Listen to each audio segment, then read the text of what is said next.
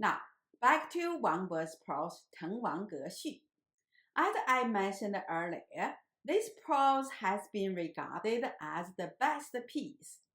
It is not just that Wang Bo's mastery of the language and this particular poetic form that impressed the countless scholars for over 1,000 years, but also his vast knowledge of history and culture.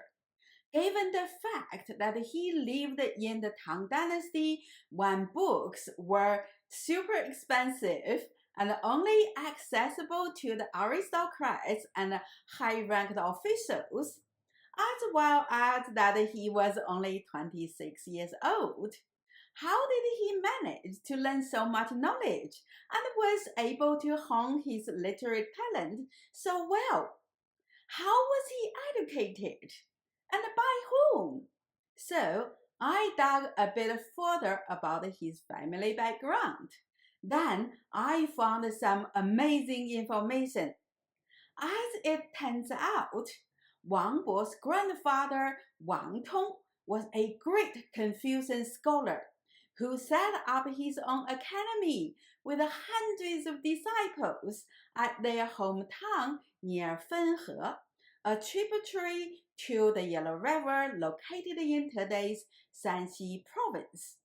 The most famous disciples include the great general named Li Jing, who helped to found the Tang Dynasty.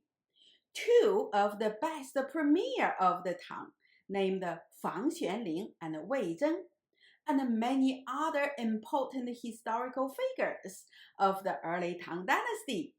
I also find out that the Wang was no ordinary family. Their ancestors can be traced back to a high-ranked official named Wang Xuanzhe and a great general named Wang Xuanmo of the 4th century, followed by 4 generations of governors of different states in the south.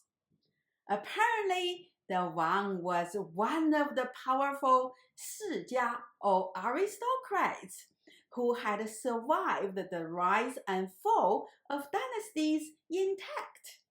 When the Tang Dynasty was founded in the 608 CE, they were the local powers. Emperor Li Simin and his sons tried very hard to recruit. However, Wang Bo's grandfather, Wang Tong, declined several offers from the Tang Emperor and retreated to the region along the Fen River, focusing on teaching and academic research.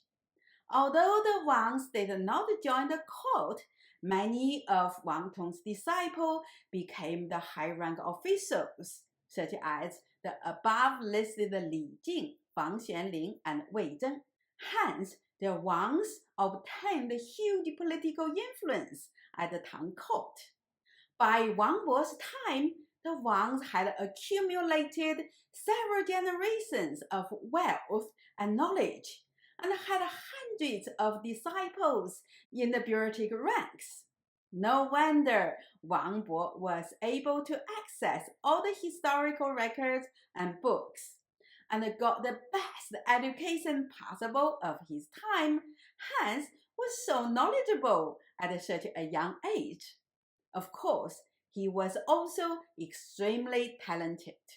Wang Bo's family background also explains his impulsive and reckless acts of offering protection to a fleeing criminal but murdered the latter when he feared that he might get caught. The past glory of his family gave him the confidence that he could get away with murder, literally. His crime of killing a fugitive is quite serious today, and there is no way one would be pardoned and allowed into the public service again. However, this was the Tang Dynasty. For a member of aristocrats to kill a fugitive was probably not a big deal. Even our beloved poet Li Bai claimed that he had killed a few people while traveling around the empire. The reason Wang Bo got caught and punished might not be due to his crime, but court politics. This was the time when Empress Wu Zetian was trying to consolidate her power behind a curtain, and she needed a puppet emperor to obtain the legitimacy to hold on to power. Her two sons, Li Xian and Li Xian, were both once set up as crown princes, but only to be stripped of their titles and exiled by the Empress Wu Zetian.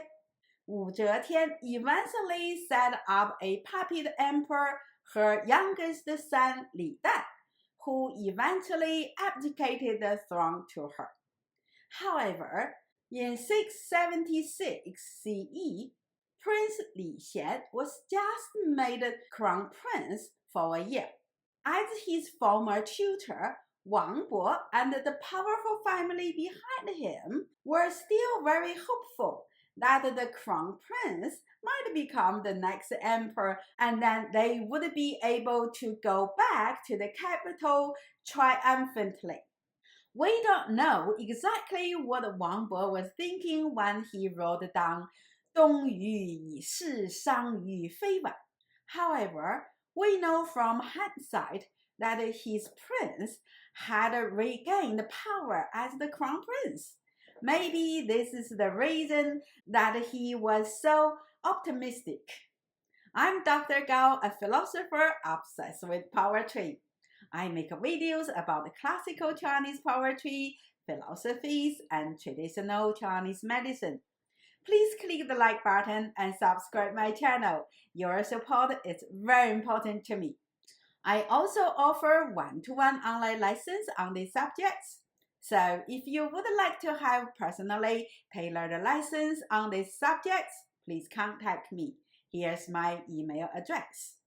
Thanks for watching my video. I'll see you next time.